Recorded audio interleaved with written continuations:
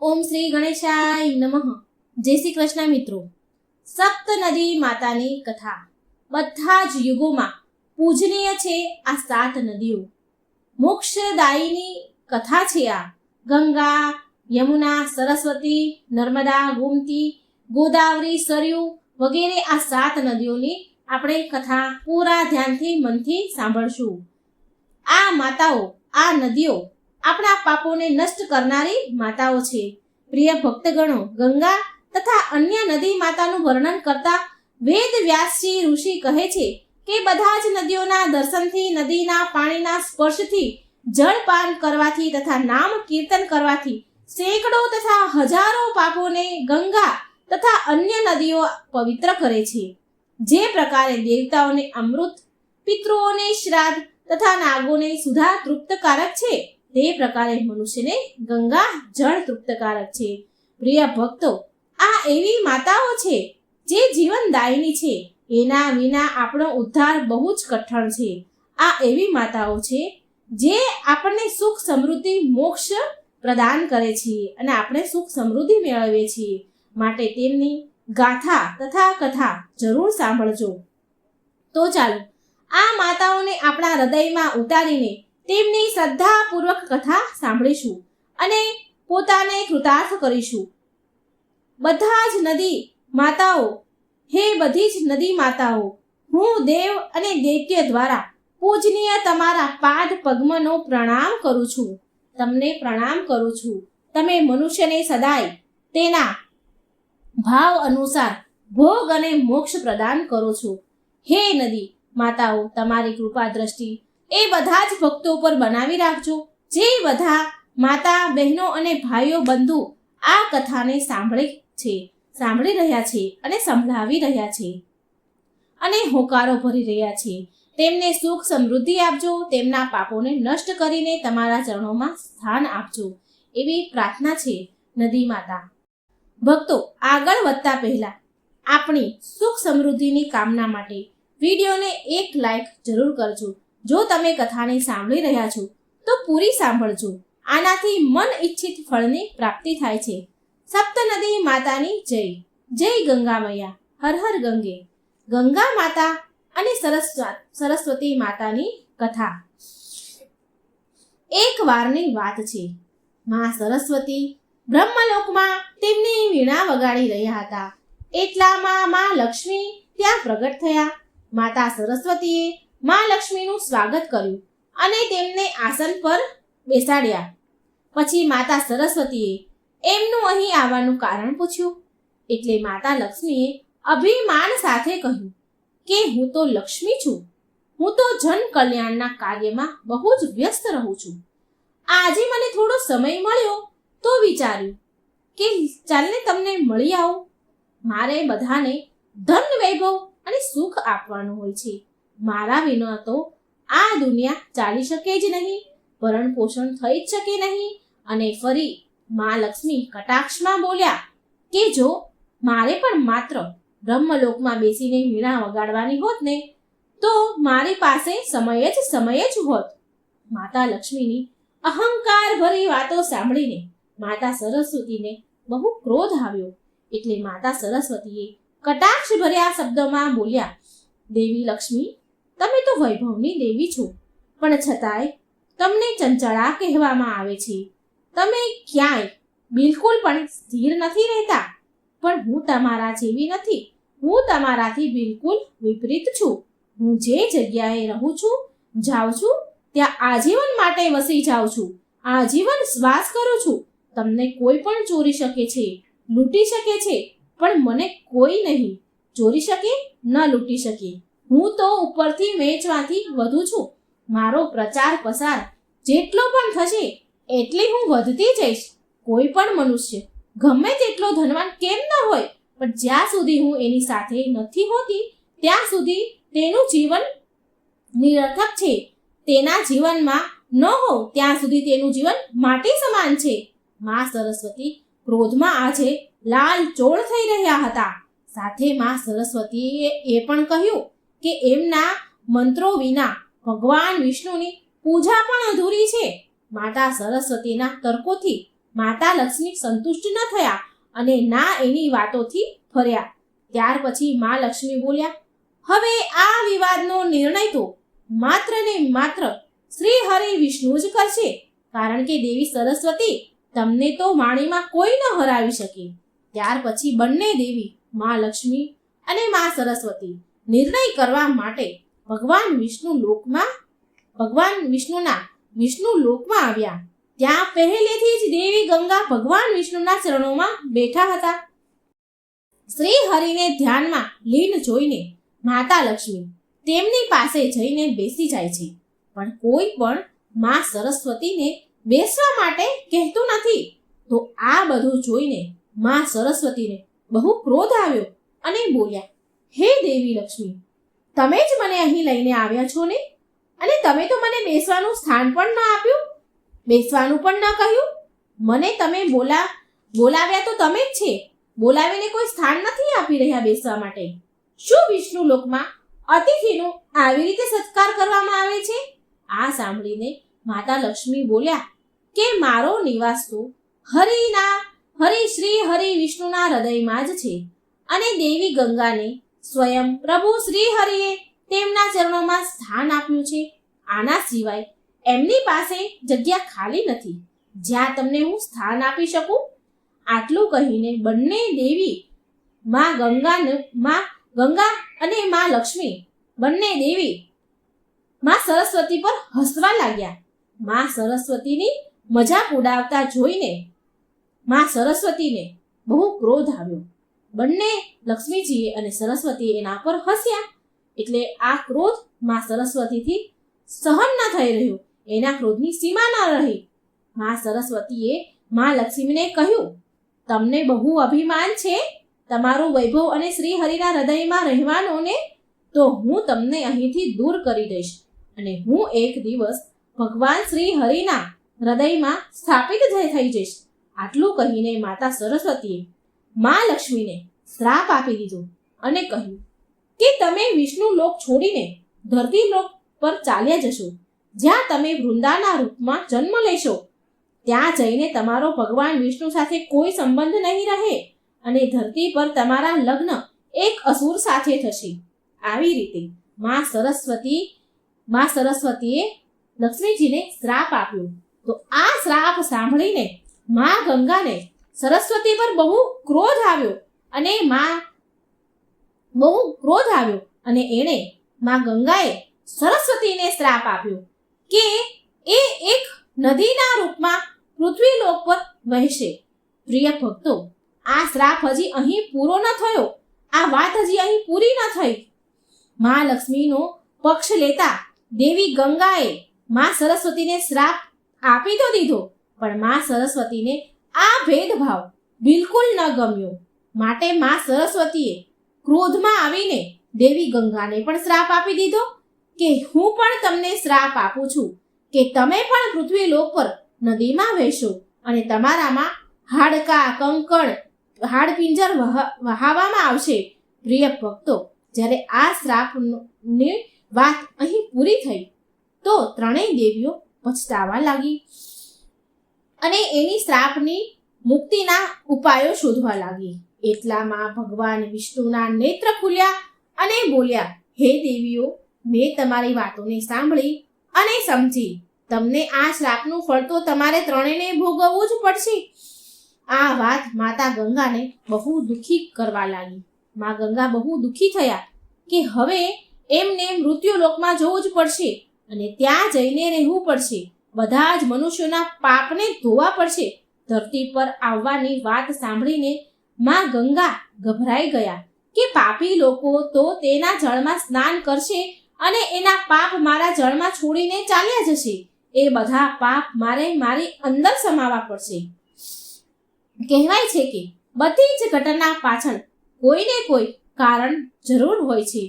એ સમયમાં એક બહુ જ પ્રતાપી બળવાન રાજા સગર રાજ્ય કરતા હતા.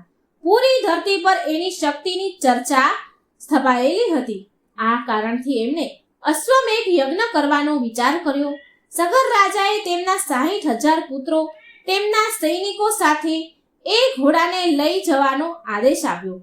અને તેમની બીજી પત્નીને, સગર રાજાની બીજી પત્ની પણ હતી, તો એ બીજી પત્નીથી તેમને એક બીજો પુત્ર પણ હતો. અને એ પુત્ર એક ઋષિ હતો અને એનું નામ અસમંજસ હતું. તેમણે પિતા સગરને ચેતવણી આપી હતી કે આ અશ્વમેઘ યજ્ઞમાં અપશુકન પણ આવી શકે છે. પણ સગર રાજાએ તેના ઋષિ પુત્રની અસમંજસની વાત ન માની અને જગ્યાએ સગર રાજાની ધજા લહેરાવા લાગી. આનાથી રાજા ઇન્દ્રને બહુ ડર ઊભો થયો કે ઇન્દ્રદેવને તેમનું સિંહાસન ડોલતું દેખાયું. અને ઇન્દ્રદેવે આ યજ્ઞને રોકવા માટે એક ઉપાય શોધ્યો. રાત્રે જ્યારે બધા સૂઈ ગયા હતા અને સગર રાજાના સૈનિકો ઘોડાની સુરક્ષા કરી રહ્યા હતા, ત્યારે ઇન્દ્રદેવે એવી માયા રચી કે બધા જ પહેરેદાર સૈનિકો સૂઈ ગયા. ઇન્દ્રદેવે તે ઘોડો, અશ્વમેઘ યજ્ઞનો ઘોડો ત્યાંથી ઉઠાવી લીધો અને કપિલ મુનિના આશ્રમમાં બાંધી દીધો. કપિલ મુનિ વર્ષોથી ત્યાં જંગલમાં તપસ્યા કરી રહ્યા હતા. જ્યારે સૈનિકો અને સગર રાજાના પુત્રોની આંખ ખુલી તો તેમણે જોયું કે તેના યજ્ઞનો ઘોડો ત્યાંથી ગાયબ થઈ ગયો છે. તો તે ઘોડાને શોધવા બધી દિશાઓમાં બધા ફરી વળ્યા. ત્યારે ખબર પડી કે તે ઘોડો કપિલ મુનિના આશ્રમમાં બંધાયેલો છે. ત્યાં પહોંચીને રાજકુમારોએ એ સમજ્યા વિચાર્યા વિના કપિલ મુનિને અપશબ્દ કહેવા લાગ્યા. એટલે કપિલ મુનિનું ધ્યાન ભંગ થયું. તો તેમને બહુ ક્રોધ આવી ગયો અને તેમના તેજથી બધા જ 60,000 પુત્રો અગ્નિમાં બળવા લાગ્યા અને બળીને રાખ થઈ ગયા, ભસ્મ થઈ ગયા. અને આ વાતની ખબર જ્યારે રાજા સગરને પડી તો તે જ ક્ષણે તેની આકાશમાં મૃત્યુ થઈ ગયું. આ વાતની જ્યારે ઋષિ અસમંજસ, જો કે તે સગર રાજાના બીજી પત્નીનો જે ઋષિ પુત્ર હતો, એને ખબર પડી તો તે બહુ દુઃખી થયો અને કપિલ મુનિના આશ્રમમાં જઈને બહુ વિનંતી કરી, ક્ષમા માંગી. એના ભાઈઓ 60,000 જે એના ભાઈઓ હતા એના વતી એને ક્ષમા માંગી અને 60,000 ભાઈઓને મુક્ત કરાવવા માટે કહ્યું, કોઈ ઉપાય બતાવવા કહ્યું. તે ઋષિ અસમંજસને કહેવા લાગ્યા કે હે ઋષિવર, મારા ભાઈઓને મુક્તિ માટે કોઈ ઉપાય કહો, નહીં તો આ બધા જ ધરતી પર ભટકતા રહેશે. કપિલ મુનિએ એમના તેજ દ્વારા જોયું અને કહ્યું કે આમને તારવા માટે, મુક્તિ માટે માં ગંગાજીને ધરતી પર લાવવા પડશે. એક માં ગંગા જ છે જે તમારા આ 60,000 ભાઈઓને તારી શકે છે, મુક્તિ આપી શકે છે. આટલું સાંભળી ઋષિ અસમંજસ હિમાલય પર ચાલ્યા ગયા અને તેમણે ઘોર તપસ્યા કરી.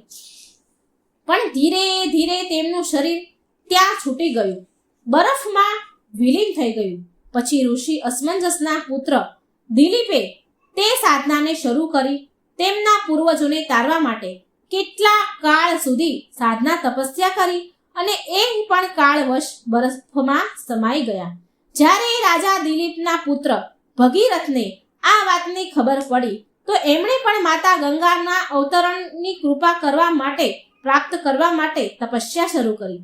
ભગીરથે બ્રહ્મદેવને પ્રસન્ન કર્યા. ભગીરથની ઘોર તપસ્યા જોઈને માં પાર્વતીએ માં ગંગાને સમજાવ્યા કે તે એમની જીદ છોડીને પુણ્યનું કામ કરે. તો માં ગંગા કહે છે કે હું ધરતી પર તો ઉતરી જાઉં, પણ મારો વેગ બહુ પ્રચંડ છે, જેને સંભાળવું એ ધરતીના હાથની વાત નથી. મારો પ્રચંડ વેગ ધરતી પર વહેશે તો અનાયાસે પણ બહુ બધા જીવજંતુ મરી જશે. આના માટે માત્ર મહાદેવ જ મારા વેગને સંભાળી શકે છે, ધારણ કરી શકે છે. ત્યાર પછી ભગીરથે મહાદેવને પ્રાર્થના કરી. મહાદેવ પ્રસન્ન થઈને માં ગંગાને તેમની જટામાં ઉતારવાનું સ્વીકાર કર્યું અને મહાદેવે તેમની એક જટા ખોલી અને ગંગાની લહેરોને ધીરે ધીરે ધરતી પર ઉતારી. માં ગંગા ભગીરથના પાછળ પાછળ ચાલ્યા અને કપિલ મુનિના આશ્રમ પહોંચ્યા. ત્યાં સગર રાજાના 60,000 પુત્રોને તારી દીધા.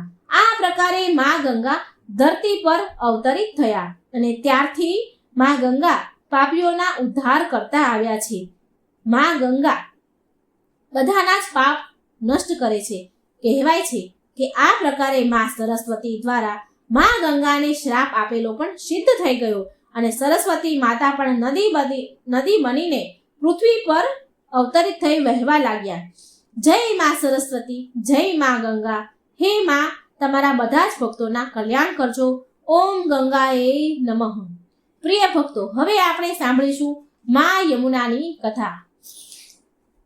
યમુના માતાની કથા અનુસાર સૂર્યદેવની પત્ની સંધ્યાને 2 સંતાન હતા. સંધ્યાના પુત્રનું નામ યમરાજા અને પુત્રીનું નામ યમુના હતું. સંધ્યા એમના પતિ સૂર્યદેવનું તેજ કિરણો સહન ન કરી શક્યા અને એ કારણે તેમણે તેનું બીજું રૂપ છાયાને સૂર્યદેવ પાસે મૂકી તેના પિયર ચાલ્યા ગયા અને છાયાએ તાપી અને શનિને 2 પુત્રીને જન્મ આપ્યો. શનિને અને તાપીને જન્મ આપ્યો. આ છાયાને સદાય યુવાન રહેવાવાળા અશ્વિન કુમારોનો પણ જન્મ થયો, જે દેવતાઓના વેદ માનવામાં આવે છે. હવે સંધ્યાના ગયા પછી છાયાનો વ્યવહાર યમુના અને યમદેવ સાથે અંતર આવી ગયું. એમનો વ્યવહાર દુર્વ્યવહાર થવા લાગ્યો. તેમનો વ્યવહાર સાવકીમાં જેવો થવા લાગ્યો. આવા વ્યવહારથી વ્યાકુળ થઈને યમદેવે તેની નગરી યમપુરી એટલે કે યમલોક વસાવ્યું. યમુના એના ભાઈને યમપુરીમાં પાપીઓને દંડ દેતા જોઈને દુઃખી થતા હતા, માટે યમુના ગૌલોકમાં ચાલ્યા ગયા. પ્રિય ભક્તો, માતાથી કુમાતા જેવો વ્યવહારથી દુઃખી થઈને યમરાજાએ યમલોકમાં રહેવાનું શરૂ કરી દીધું. તે છાયાના વ્યવહારથી દુઃખી હતા યમુનાજી અને યમરાજા. અને પછી યમુનાજી ગૌલોકમાં ચાલ્યા ગયા અને ત્યાંથી ધરતી પર આવ્યા અને ધરતી પર ભગવાન કૃષ્ણની ચોથી પટરાણી બન્યા.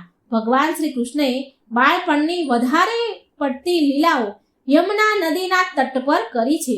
કૃષ્ણ ભગવાન યમુનાજીને કાલંદી નામથી બોલાવતા હતા. જ્યારે ભગવાન કૃષ્ણના જન્મ પછી વસુદેવજી કૃષ્ણને ગોકુળ લઈને જતા હતા ત્યારે યમુનાજીમાં તોફાન આવ્યું અને જળનું સ્તર વધવા લાગ્યું.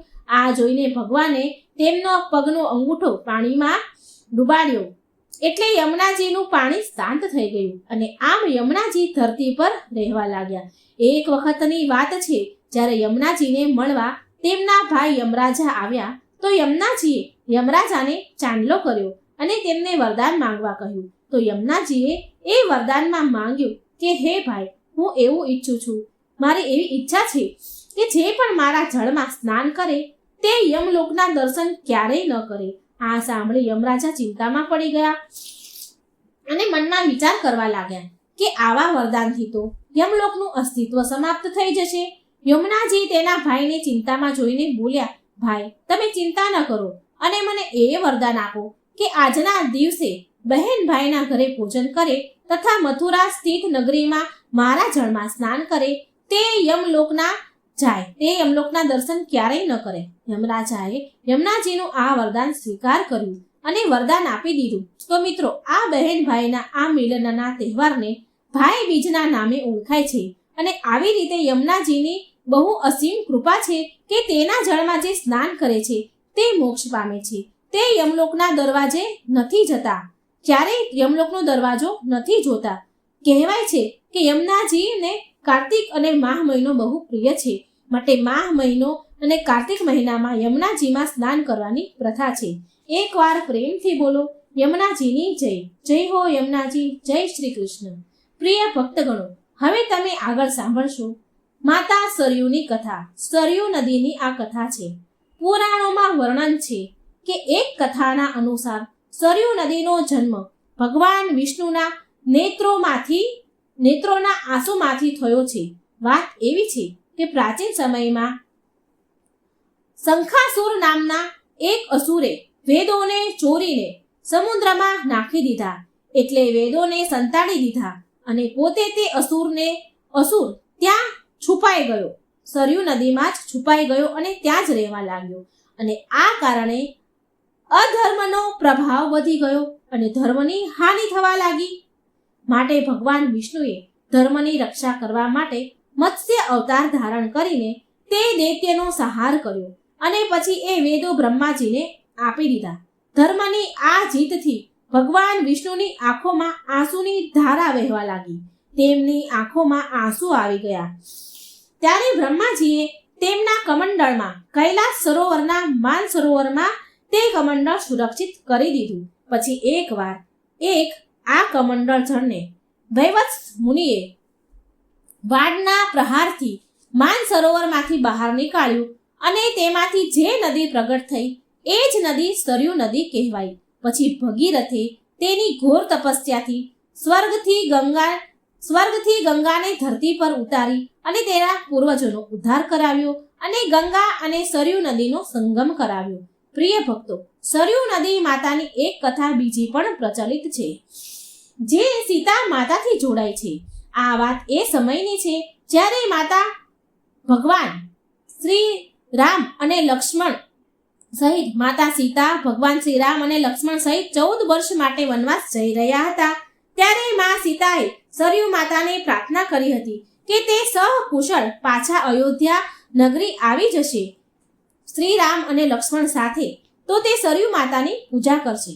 જ્યારે 14 વર્ષ વીતી ગયા પછી જ્યારે તે 14 વર્ષ પછી શ્રી રામ અને લક્ષ્મણ સાથે અયોધ્યા આવે છે, તો એની ખુશીમાં અયોધ્યા નગરીમાં ચારેય બાજુ ખુશી, હર્ષ, ઉલ્લાસ હતો અને ચારેય બાજુ દીવા પ્રગટાવવામાં આવ્યા હતા.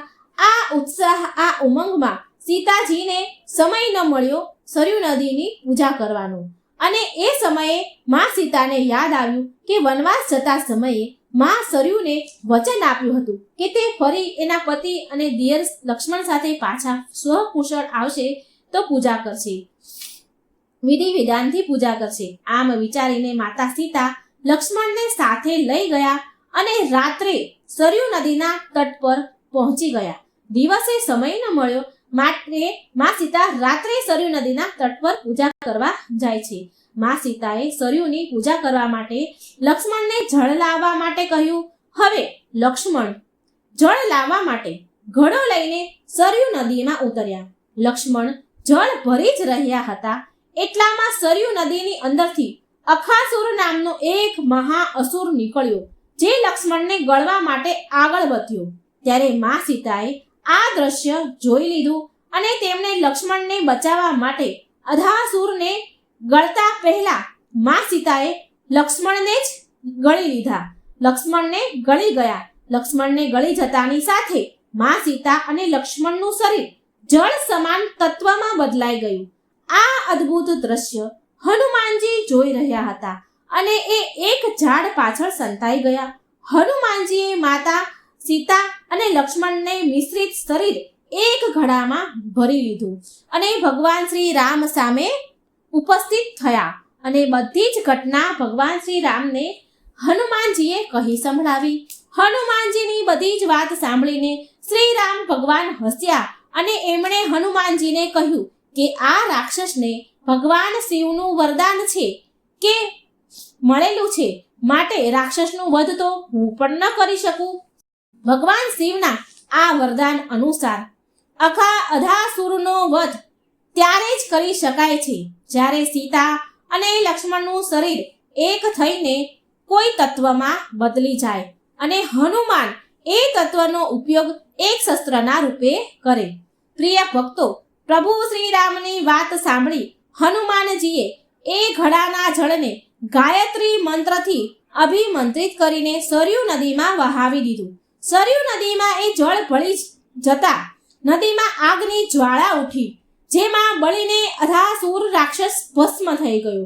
અધાસુરના ભસ્મ થતાની સાથે સરયુ નદીએ સીતા અને લક્ષ્મણને પાછું શરીર આપી દીધું અને આવી રીતે ફરીથી એમનું નવું જીવન તેમને મળ્યું. મિત્રો, તમને જણાવીને હેરાની થશે કે ગંગાની જેમ પવિત્ર હોવા છતાં પણ આ નદીનું જળ પૂજા પાઠમાં કામમાં નથી લેવામાં આવતું, કારણ કે આની પાછળ ભગવાન શિવનો આ નદીને શ્રાપ છે.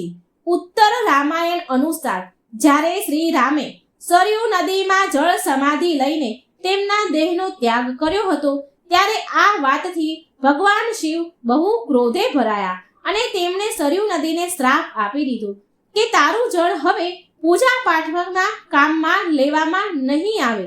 હા, પણ તારા જળમાં સ્નાન કરવાથી લોકોના પાપ જરૂર નષ્ટ થશે.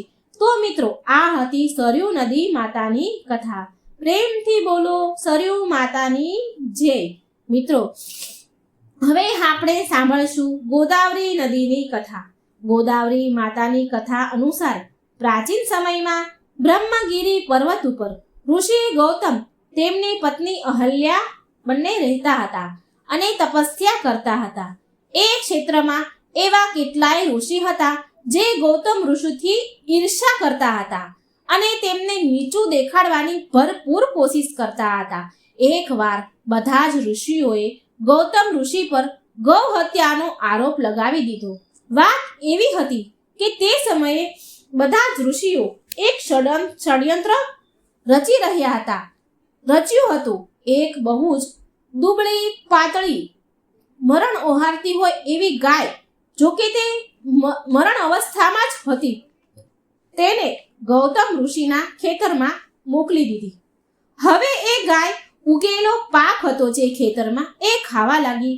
હવે આ જોઈને ગૌતમ ઋષિએ એ ગાયને ખેતરમાંથી નીકાળવા માટે એક પાતળી એવી લાકડી લઈને ગયા. એ લાકડીથી તેમણે ગાયને માર્યું તો ન હતું, માત્ર તેને અડાડી જ હતી. જેવી એમને ખાલી લાકડી અડાડી એવામાં એ ગાય અચાનક પડી અને જમીન પર પડી ગઈ. તો મિત્રો, અને મરી ગઈ. એ ગાય મરી ગઈ. તો મિત્રો, આવી રીતે ઋષિ ગૌતમ પર ગૌ હત્યાનો આરોપ લગાવીને બધા ઋષિઓ બોલ્યા કે આ હત્યાના પાપના પ્રાયશ્ચિત કરવા માટે દેવી ગંગાને અહીં લઈને તમારે આવવું પડશે. ત્યારે જ તમારા માથેથી આ પાપ ઉતરશે. અને જો તમે આવું નહીં કરો તો તમારે આ જગ્યા અને આ આશ્રમ છોડીને જવું પડશે. પ્રિય ભક્તો, ત્યારે ગૌતમ ઋષિએ શિવલિંગની સ્થાપના કરીને તેમની પત્ની સાથે પૂજા શરૂ કરી. ઋષિની ભક્તિથી પ્રસન્ન થઈને શિવજી અને માતા પાર્વતી ત્યાં પ્રગટ થયા અને શિવજીને વરદાન માંગવા કહ્યું. ત્યારે ઋષિ ગૌતમે દેવી ગંગાને એ સ્થાન પર મોકલવાનું વરદાન માંગ્યું. હવે ભગવાન શિવે દેવી ગંગાનું આહ્વાન કર્યું તો દેવી ગંગા બોલ્યા, હે ભગવાન, હું અહીં તો જ ઉતરીશ, તો જ રહીશ જ્યારે તમે ત્રણેય દેવ ત્રિદેવ એક જ રૂપમાં શિવલિંગમાં બિરાજમાન હશો અને હું તમારા પવિત્ર શિવલિંગ પર થઈને અહીંથી પ્રવાહિત થઈશ. આ સાંભળી ત્યાં વિષ્ણુ સહિત બ્રહ્માજી પણ પ્રગટ થયા અને ત્રણેય દેવોએ એક રૂપ ધારણ કરી એમના અંશથી એક શિવલિંગને પ્રગટ કર્યું. પ્રિય ભક્તો, ગંગાજીનું આમ કહેવાથી ભગવાન શિવ અહીં ત્રયંબકેશ્વર જ્યોતિર્લિંગના રૂપમાં વાસ કરે છે, સ્થાપિત થયા. આ પ્રકારે અહીં ત્રણેય દેવતા સમાયેલ છે, બ્રહ્મા, વિષ્ણુ અને મહેશ. અને માતા ગંગા ગોમતી નદીના રૂપમાં ત્યાં વહેવા લાગ્યા. ગોમતી નદીનું નામ ગોદાવરી પણ છે.